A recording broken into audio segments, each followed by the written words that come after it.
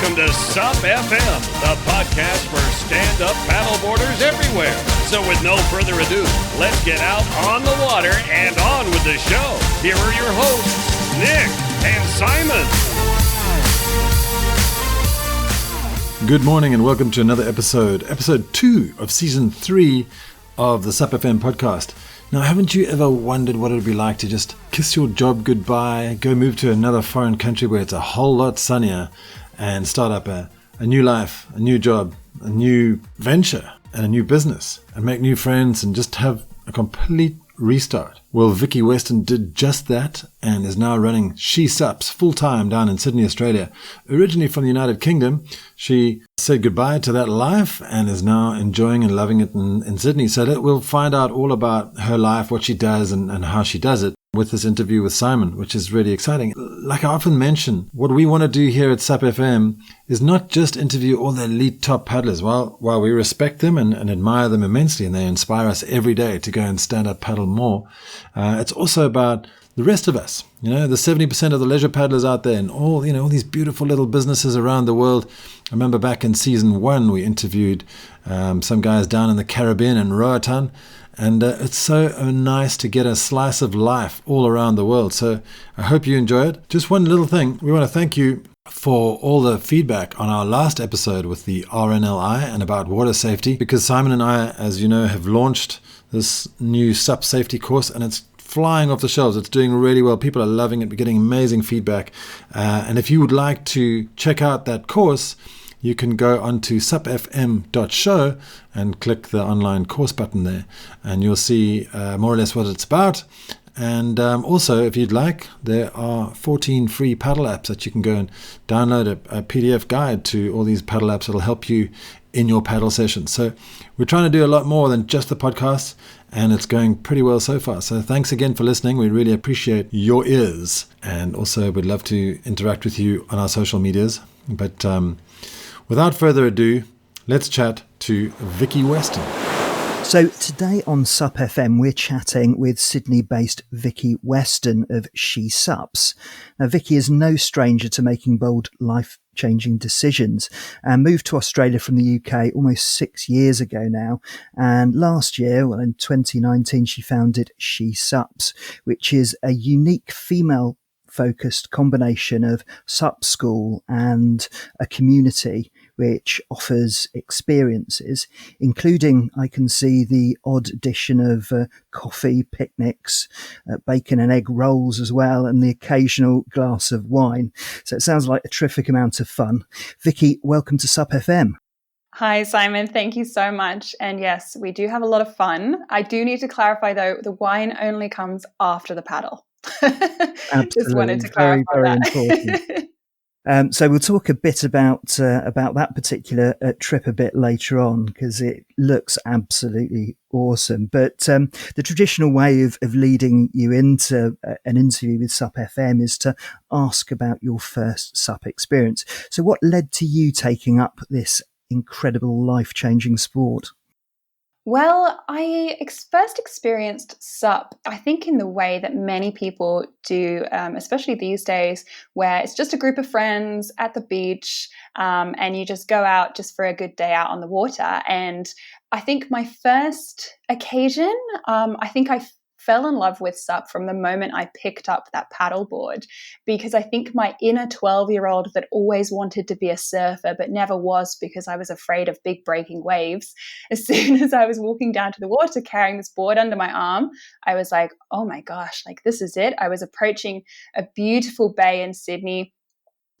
It was completely calm and flat. I was surrounded by friends, and we just hit the water and just had the best time. And so that was, I think that was my first time. I actually can't remember my exact first, but I think the most impactful moment for me when it came to stand-up paddleboarding was actually when I bought my first board. And that's kind of the memory that really stands strong, because like you mentioned, I moved to Sydney a few years ago, and I moved from the UK, and it's certainly a massive change. And there's a lot of new things to get your head around, new culture, a new workplace, being so far from friends and family. And my straight away, within the first couple of months of being here, kayaking and just being on the water became something that connected me to new friends, connected me to the country, and I just learned so much. And so, like I said, first of all, it was kayaking, and I really wanted to kayak, but I ended up getting a stand-up paddleboard, and it just was like this key that unlocked this whole world. And we are so lucky here in Sydney to have so many incredible waterways. And as soon as I owned that board and I started going out by myself, and I guess I gained more and more confidence and went further and further and explored more unknown locations, and just kind of set off on these adventures. And it really just unlocked something in me, just a thirst for more. And that has continued ever since and led to where we are today. Brilliant. So we will talk a little later on about Sydney and your experience exploring the waterways, because it sounds like you've had quite a few adventures, just expanding the opportunities of women in the areas to where they can paddle. But if we just sort of rewind a little bit, just talk about your decision to move from the UK to Australia.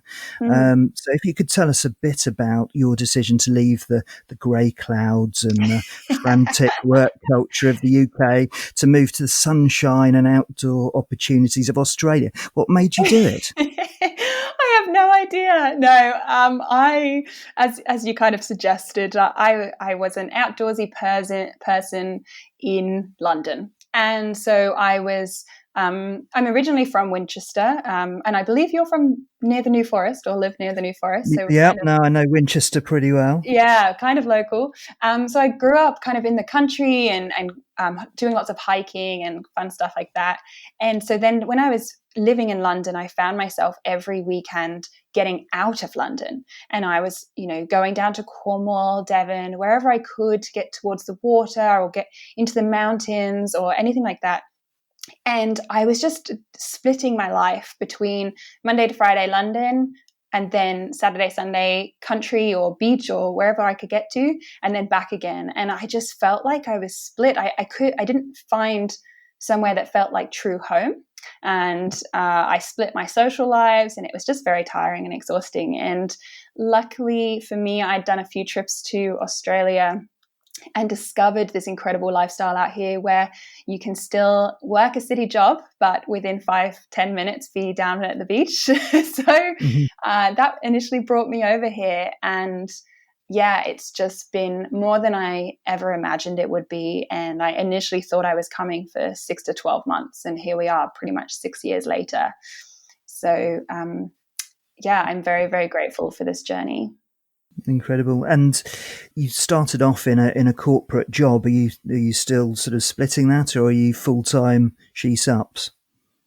Yes, I am now full-time She SUPs. I was working in corporate for pretty much the past almost 6 years or 5 years even. And the kind of last job that I had before I took the leap away from the casual, like normal 9 to 5, it got pretty toxic. And unfortunately, if anyone listening has experience with visas and being an expat in a foreign country, you'll know that there's quite a few challenges which often result in you working in environments that you wouldn't normally stand for if you could have like the free choice to leave. But when it comes down to a visa holding you there, you kind of just have to stick with it. And I was working in a very challenging environment, and I ultimately had to stay there for the visa. And so for me, I guess paddleboarding and being on the ocean or being on the water really became a lifeline during that time. And it really helped me unwind at the end of the day. I know a lot of people talk about the mental health benefits of paddleboarding, and I really, really tapped into that, and I really experienced it. And I struggled with anxiety and towards the end, the job was pretty challenging due to the environment I was working in. And so just being able to come away from that and just spend an hour on the water at the end of the day it was what got me through. And so I am so grateful to paddling for helping me through that time. And then eventually I got my permanent residency, which meant I was a free agent. So I was able to step away from that role. I took a few months to kind of explore what road I wanted to take next. And I guess, unsurprisingly, it led me to paddleboarding.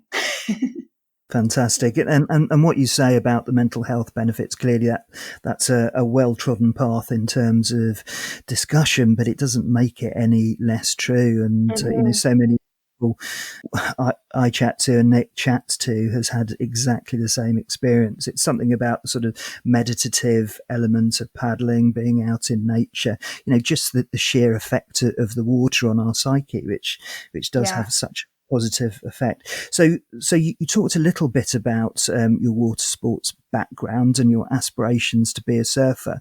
So before you came to Australia, what was your water sports experience? It was pretty limited in that regard. Like, I would say I was more of a mountains and camping girl.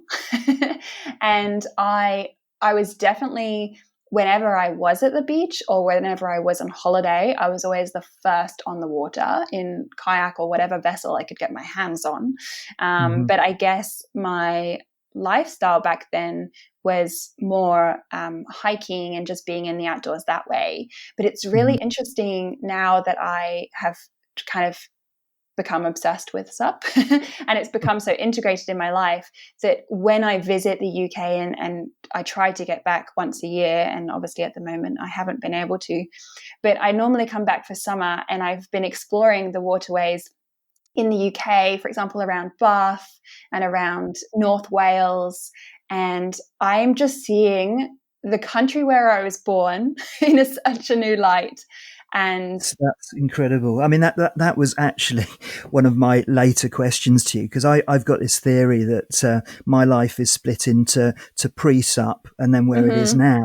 And what that means is that you see all the places that you previously travelled to in different terms. So I look, at places in Europe where I've travelled to, the Italian lakes, for example, a whole different way now. And I think, wow, it'd be great to go back there and paddle. But you're absolutely right. You do see things in a completely different way, don't you?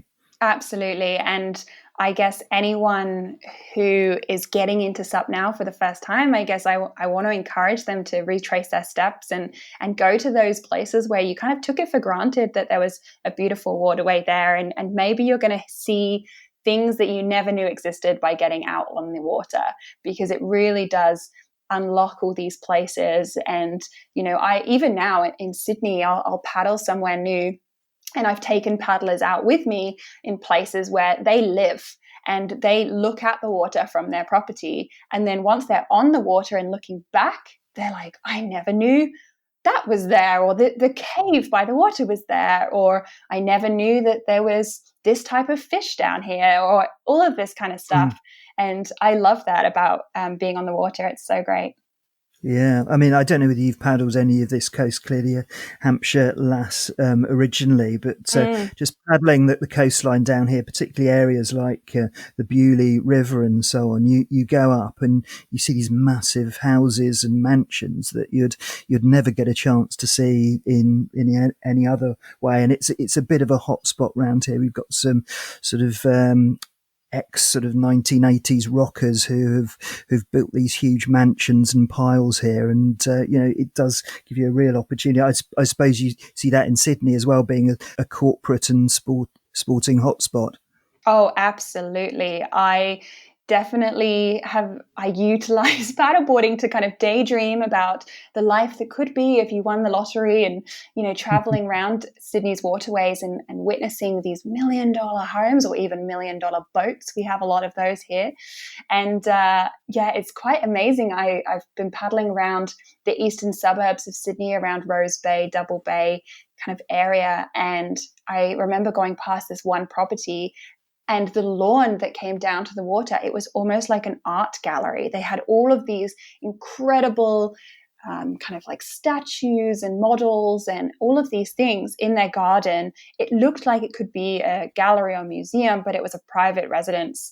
And Wow. yeah, just it's pretty cool seeing that from the water. And I have a friend who works in property and in real estate. And when I first took her out paddling, she actually said, she was like, I think this is how we should do house viewings now, because it's such a great way to sell a property because it looks so beautiful from being on the water. So just cycling back to She SUPs, Yeah. where did you come up with the idea, and how did it start? Was it a sort of a blinding flash of realization, or was it sort of something incremental that you just built up over time?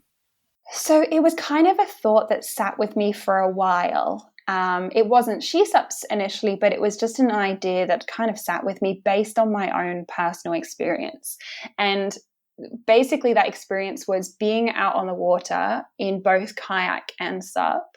And I felt there were times where it wasn't always that comfortable to be a female paddler. And I say that in that, there's a lot of very welcoming people out there on the water, but there's also a lot of people that will just make those odd comments about, oh, are you sure you should be doing that? And there are waterways, for example, that I would launch from, and I would feel very vulnerable if I was there by myself.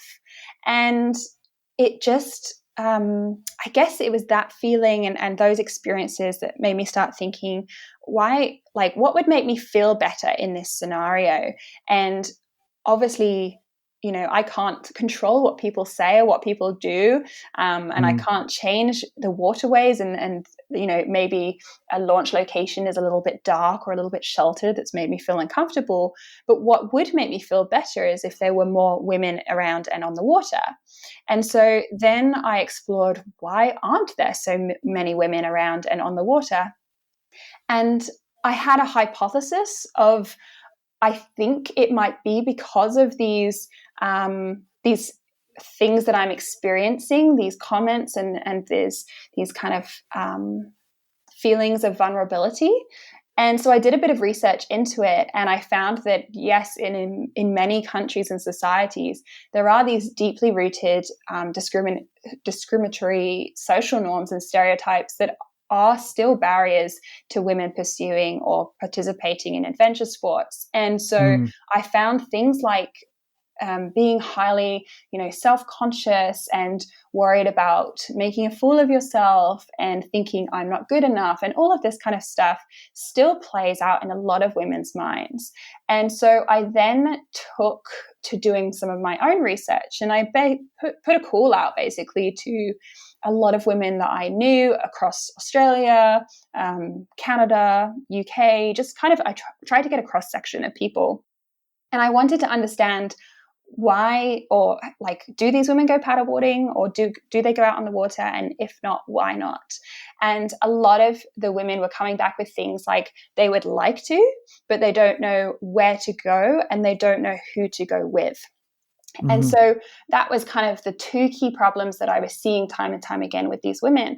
And so I decided to try and solve that by coming up with kind of two initial ideas. So She SUPs came from the idea of I don't know who to go with. So I thought, okay, let's try and create a community, an environment where women can connect and find other people to go with. And so no single woman is ever alone if she doesn't want to be. And then in terms of I didn't know where to go, this is where the She SUPs Sydney expedition comes in. So the She SUPs Sydney expedition is something that I came up with to inspire more women to explore the waterways in Sydney and basically highlight just how easy it is actually for a female paddler to just get out there and explore. And I aimed to paddle, and I did paddle 30 waterways of Sydney in 30 days. And I really wanted to just raise the awareness of these incredible locations right on our doorstep and just encourage other people to get out there, experience the benefits of paddleboarding. And I wanted to highlight just how accessible it is. Yeah, I mean, it's an incredible quantity of waterways. I mean, I haven't been to Australia, but incredible diversity. You've got all sorts of parks and all sorts of different places to access. So just tell me a bit about that challenge and selecting the points that you went to and some considerations around where to launch and so on. So that process took a couple of months. When I came up with this idea, just pick a number out of the sky, 30 waterways in Sydney in 30 days. I certainly knew that there were at least 30 waterways I could choose from, and I ended up researching about 50. And I actually compiled a huge spreadsheet. So I did a lot of site visits to explore the water and the way it moves, look at the launch locations. I wanted to know, are there taps there? Are there toilets there? What the launch location is like? Is it a boat ramp? Is it a beach? Is it a pontoon? I wanted to explore the wind direction. What was the desired wind direction? Were there any strong currents I should be aware of? All of this kind of thing. And some of these locations I knew, but some were brand new to me. And I spent a couple of months researching about 50 locations and getting them into this spreadsheet. And I kind of had a rough idea of maybe 30 to 40 that I would do, and then had a few backups. And then setting out on the 30 days, which was last September, I utilized this spreadsheet on a day-to-day basis. And I didn't actually plan, day one, I'm going to do X, and day two, I'm going to do Y. I really took it based on the wind and the weather, because as you know, paddleboarding is very weather dependent.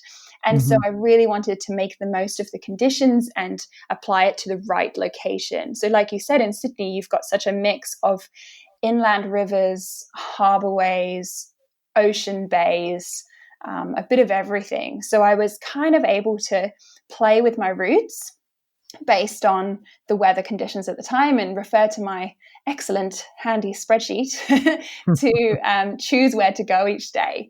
So that's kind of how I landed on the 30 waterways. And in terms of your experiences there, I guess there was a variety in traffic and so on. How was that received by the local populace? Because I know that when I started stand-up paddleboarding, when paddleboarding was still fairly unusual, you always got quite surprised looks with people when you hoved into view. What was the reaction from the water community in Sydney, or is a stand-up paddleboard sort of pretty common everywhere? Well, it's pretty common most places, but there were certainly a few places that I did get a few looks, especially I was on an inflatable Red Paddle Co. touring board, and a lot of people had a lot of questions about being on an inflatable board. But one place in particular where I did get a lot of stares was right in the center of Sydney. There's this place called Rozelle Bay, and across Rozelle Bay is the Anzac Bridge. Now, the Anzac Bridge, I didn't know before I moved to Sydney, but basically it's a very iconic bridge. I would say the second most iconic bridge in Sydney. And it is a beautiful bridge across the harbour. And it's a very popular kind of tourist location. You've got the Sydney fish markets there, and there's a really nice kind of residential area there. So I wanted to explore that area, and so I launched from Rozelle Bay pontoon. And as soon as I did, I could just sense the eyes of everyone around watching me. And so I just, paddled off, and I could see people taking photos and pointing, but I soon got lost in my own thoughts and actually forgot about all the people around me watching, because I was so in awe of this huge bridge. And what I love about paddling is that you really can get lost in your thoughts, and you can get lost in, in that scenario, I got transported to the idea of, imagine, paddling in New York, or paddling in this, a huge big city, and you're paddling under this huge bridge. And I just got lost for a few minutes there and just enjoyed the paddle. And then, of course, I was like, I need a picture of this moment. So I paddled a little closer to the shore. And sure enough, there was a couple of girls there who were watching me. And so I paddled over to them and explained what I was doing, and explained She SUPs and my mission. And they offered to take a few snaps for me. And they they were locals in the area, and they said, yeah, we've not seen anyone paddling here. We've seen a few rowers and that kind of thing, but not stand-up paddleboarding. And they had the same kind of comments as a lot of people, oh, I don't think I have the balance for that, and all of this kind of thing. So I convinced them to give it a try and said, it's a lot easier than you think.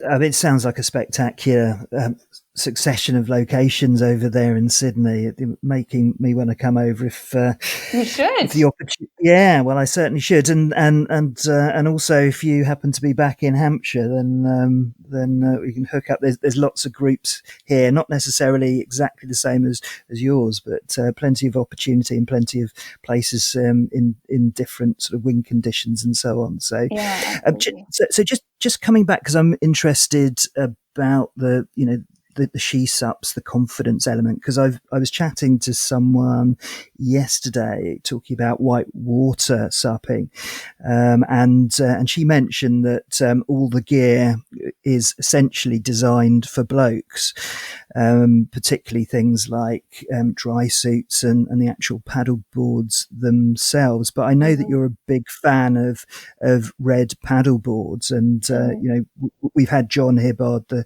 creator of Red, on the show in the past. Why particularly did you choose Red to go with for She SUPs?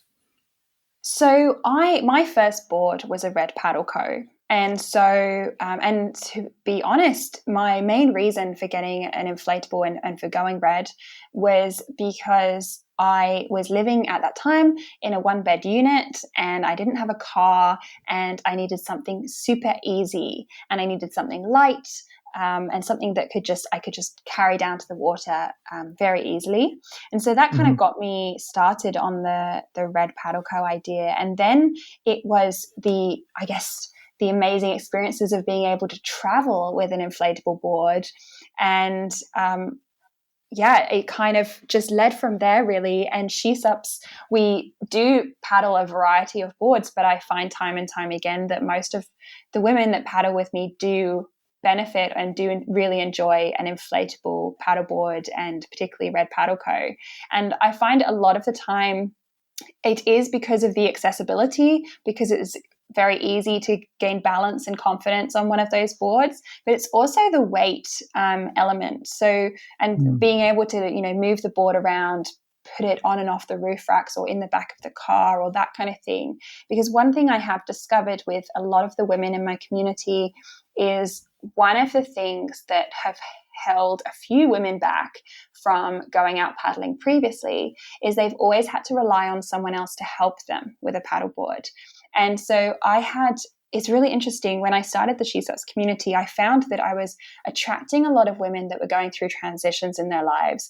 And quite a lot of women were going through breakups or divorces or changes of situation. And a lot of them were writing to me before their first paddle saying, I'm really looking forward to coming paddling with you, but I'm really worried about getting my board on and off the roof of my car because it's so heavy, and I've always had my partner around to do it, and now I'm by myself, and rada, rada, rada. And so, these ladies would turn up, and we were there to support them and help. And one story that I love so much is that one lady, she came along to one of her first paddles, and she told this same story. She'd gone through a breakup, and she had never gone out paddling without her partner. And she had a board that she found extremely heavy. And so I was there on the first day to show her the best way, to lift it onto the roof racks. And then I was there to help her get it off. And a couple of months later, I had another lady join the community in the same way. She'd just gone through a breakup, hadn't paddled without her partner before. And I saw this first lady go straight over to her as this second lady was struggling and say, I'll show you. This is how it goes. And this is the best way to put it on. And I'll always be here to help you if you ever need anything. And it was just such a magical moment. I was like, this is what it's about. So cool. And so, I slightly went off on a tangent there, but I think for a lot of these women, it's just being able to get out by myself and being able to do it without having to depend on anyone else. And I guess that's why I tend to go inflatable, but there are a lot of really amazing hardboards out there as well. So it depends on your circumstance. Yeah, I guess, sort of coming back to kit, weight is a massive consideration. And certainly in terms of some of the leading board brands, so Red and Starboard, they seem to be making economies with the designs of the board that make them lighter. So a lot easy to carry for women, but without losing any of that level of rigidity. So I guess with so many people getting into the SUP market at the moment, and inflatable being one of those key areas where people leap into, the key difference that I tend to talk about with people when they're asking for advice about boards is you do get something from those established boards with lots of research and development. And this is particularly applicable for women who don't have the upper body strength that men have, and just basically makes the whole thing far more accessible.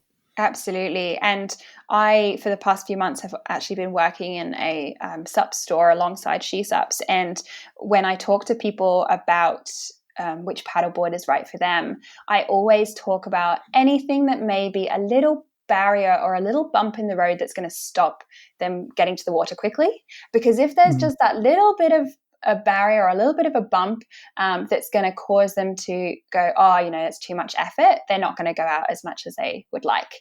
And so we want to make it as easy and as seamless as possible. You want to find a board that you see it and you're like, yes, let's go. You pick it up, you head to the water, and you're on the water straight away. And Absolutely. so those boards, those really great quality boards that have got a lot of design in them and background in manufacturing and looking at every tiny little aspect, even down to the pump when it comes to an inflatable, all of those things are so, so important to make sure that you have a really good paddling experience. I've got a background in instruction as well, and so I'm sort of familiar with the barriers and the confidence issues that some women have when they think about taking up the sport, particularly for the first time. And there is a battle around looking silly and falling in, which I have to tell everyone is something that male or female has to happen for you to evolve in the sport. So just get over that one. But the difficulty that I do find with that a lot of women have, and which does affect confidence, is bringing themselves back onto the board once they've fallen off. Have you got any sort of best practices around that to help women? Because I think, falling off is very easy. Getting back on, sometimes some people find that quite difficult. Absolutely. So, typically if you fall off, there's a couple of different ways that you can try getting back on the board. Step one would be to be at the side of the board, aiming to get your belly button onto the center handle of the board, and just pushing yourself up like you're getting out of a swimming pool and kicking your legs. Now, this does help if you have someone nearby who can stabilize the board. But I have had a lot of women come to me and, full honesty, and they're like, you know what, I'm a big busted lady. That's not going to work for me. And so, we have to work around that. So you can then also try getting on the board from the back of the board and sinking the tail of the board into the water in order to climb back on. Or I guess the second option is, call someone else for help. Call someone over and get someone else to help stabilize your board, and perhaps even use their board to help you climb back onto yours. So there's a few different ways that I don't know if I can explain over just audio, but maybe I'll have to write a blog post about it and share it after this podcast. That would be very useful. Yeah, I mean, it is a common thing, and it is a barrier. And as you said, it's all about sort of dealing with all of these barriers. And I can see as well from your YouTube channel, you're very generous in terms of you're looking at wind and other sort of potential barriers that people might not know about paddling, and which are focused on the practicalities and the safety aspect. Yeah, absolutely. Because I really want to empower women through education around paddleboarding and the ocean and water. And if people have the knowledge, they're going to feel so much more confident. So one of the things I offer here in Sydney is SUP confidence lessons. And the idea behind that is that I was finding a lot of people had already tried SUP before. So they tried it on holiday or with friends, or just had that one-off experience, but they didn't necessarily get taught everything to do with paddling, including understand the hazards, the wind conditions, currents, all of this kind of stuff. And so they would say, you know, I don't need a beginner's lesson, but I don't have confidence on the water. And so I created SUP Confidence so that I could design tailored sessions around a small group of women each time and focus on filling the gaps in their knowledge to support them moving forward, so that if they were in any situation, they know, you know, I know how to deal with this. I've got this. So I had one this morning, and, you know, we had perfect conditions this morning. So it's hard to, you know, I said, imagine there's a big boat wake coming. And I was like, you just have to imagine it. And then I was like, now imagine you're in a really strong headwind. This is what we're going to do. And so we kind of have to role play these things. Yeah. But I wanted to leave these ladies knowing that if they were ever in that situation elsewhere, then they know how to deal with it and how to paddle to safety. So that's really, really important for me. Definitely. And in the UK, we've got a course called Ready to Ride, which is part of the She Super range of courses. And it is quite amazing how much progression you can get from a paddler in just 2 hours, just teaching them basics. And there's also a lot of debate in the community, particularly amongst new paddlers, about the necessity of lessons or not. And I see it as a little bit of a nonsense if you're spending that much money on a paddle board and kit, not to just take 2 hours out of your time, and, you know, the moderate cost it takes to get a bit of feedback and to start developing positive habits and to be a lot more aware of your environment and conditions and know how to plan, because, you know, it's such an important part of the sport that the water environment potentially is really perilous, and going out in bad conditions and hoping for the best is not a sustainable approach, is it? Absolutely. And, you know, there is so much outside of your control when it comes to paddleboarding and being out in the elements and out on the water. And even if you are, you know, doing everything by the book, reading the wind forecast, knowing your location well before you set out, all of this kind of thing, things change. And Mother Nature has a way of surprising you with, you know, anything. And so you really need to be prepared for that. And I 100% agree. I think people should ensure that they have all the knowledge they need to be safe on the water. And ultimately, when you first get aboard and you first head out on the water, you might fall in love with paddleboarding, and then you'll want to go further, or you'll want to go faster, and you'll want to go for longer distances and longer time. And ultimately, if you are doing those things with bad technique, for example, you could actually cause yourself an injury. You could get a shoulder injury or an elbow injury, or, you know, because you haven't actually got the foundations to support you in going further or going for longer distances and longer time. So I think it's really important to, you know, you might not need a beginner's lesson, but just, you know, filling those gaps in your knowledge is really going to help you get the most out of paddleboarding and just help you on your SUP journey. No, you can get caught out very, very easily, and the standard advice in terms of conditions is if in doubt, don't go out, which is something that we very much live by, because things can get very dodgy and change very quickly. So, sort of moving on to the particular situation in Australia at the moment, I know you've just sort of gone through winter time. Just having gone through the summer in the UK after our lockdown, we've noticed that what was already a growing sport has really exploded since people emerged from their hibernation, and it's been unbelievably busy all the way across the industry. How's your winter been over there, and have you noticed any of the same sort of characteristics in Oz? Oh, absolutely. So we are lucky to, yes, our winters do get very cold, but we still do have some beautiful blue sky days. So when COVID restrictions have allowed, a lot of people have been heading out on the water, and actually paddleboard sales have gone up, especially in Sydney. I don't know, I'm pretty sure most places, a few 100%. And it's been absolutely mad.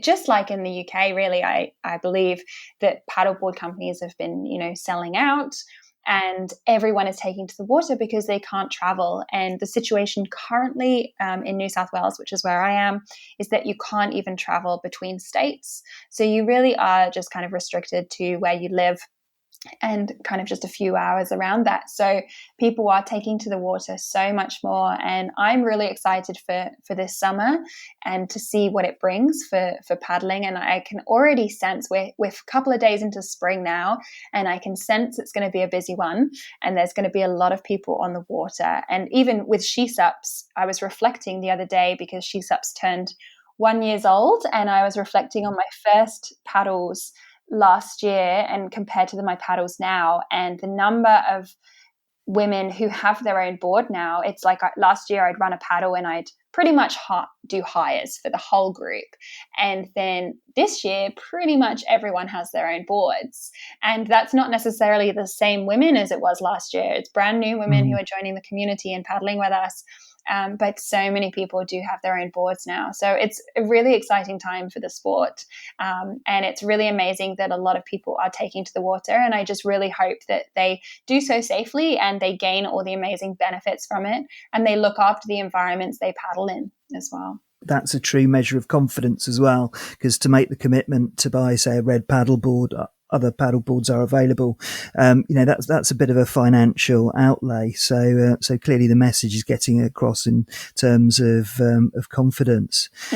So when lockdown eases in Australia, where are your eyes fixed? Are there any other locations that you've either been to or that you aspire to go to? Oh, there's so many. I had a few trips planned for She SUPs up in Queensland, and so I really hope to get those off the ground, paddling around areas near the Great Barrier Reef. And I know it's on a lot of people's bucket list, so I'm hoping to make that dream come true for a few of my paddlers, but also just to keep paddling around New South Wales. And I actually would love to head more inland. Earlier this year, I ran a trip to the Hunter Valley, which is in rural New South Wales, and it's known for its wineries, which might be what you were talking about earlier about the wine absolutely. and stuff. And it was an amazing trip, and I went out there to support a local SUP business that had just started out there. And when most people think of the Hunter Valley, they think of wineries and they think of dry, countryside. And Shana from SUP Hunter Valley started up her SUP business last year just before the bushfires started. And then obviously bushfires hit that area. No one was traveling to that area. And then, of course, we've had COVID since as well. So as soon as it was safe to do so, I took a group of ladies to Lake Glenbourne, which is where Shana runs her business. And it was just amazing.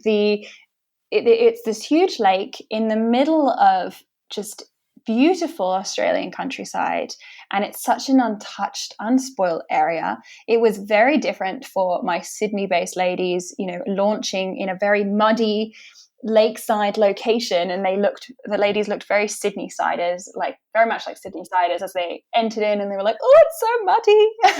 But by the end of the weekend, everyone was embracing the mud and embracing the flies and just, loving the country life. And I've been talking to another guy who has, he runs a kayak business, again, west of Sydney, so further inland in more of a rural area, and he has some beautiful waterways around him. But again, he's had a really tough year with the bushfires completely wrecking that whole area, and everything is starting to regrow now, and we're seeing beautiful green regrowth, and we really want to start supporting those communities that are lost so much during that time.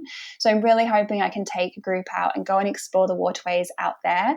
And, Australia is big. So I'm saying just west of Sydney, it's probably a 5-6 hour drive.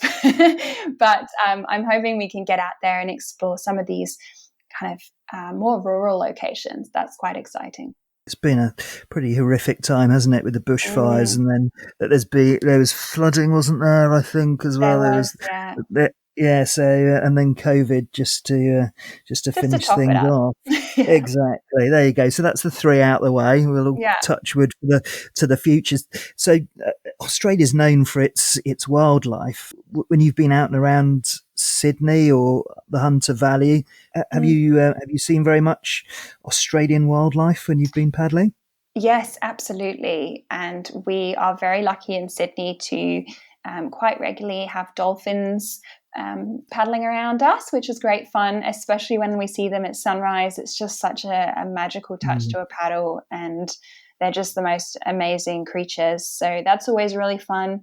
There's the occasional seal who'll pop up and say hello and quite often surprise us. Turtles. There are actually in Manly, which is where I live, there are little penguins that I haven't seen for a couple of years, but I know that they are around. And so I've actually seen them when on the water on a paddleboard.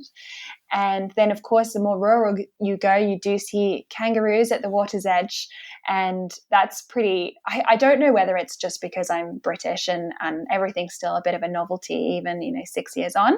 But I just freak out as soon as I see kangaroos when I'm on a paddleboard.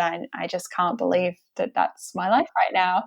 So, yeah, that's pretty spectacular. And I was paddling last week a little bit further up the coast towards Coffs Harbour, and it's an area where there are koalas, and my goal was to see a koala from the water, but I don't think they actually come that close. But I was determined and I looked in every tree but I did not see one, so I will hold on to that goal and try and spot one sometime later this year. So, in terms of She SUPs, you've clearly done a fantastic piece of work reinforcing confidence, and definitely a job that needs to be done. It also seems to have struck a chord internationally. So, you are getting quite a lot of contact from paddlers all over the world who've really chimed with your message. Yeah, I receive a lot of messages from paddlers all over the world. I had one this week from a lady from the UK actually, and she shared her challenges with me and said how she was benefiting from the content that I was creating around education and just trying to make all this knowledge as accessible as possible.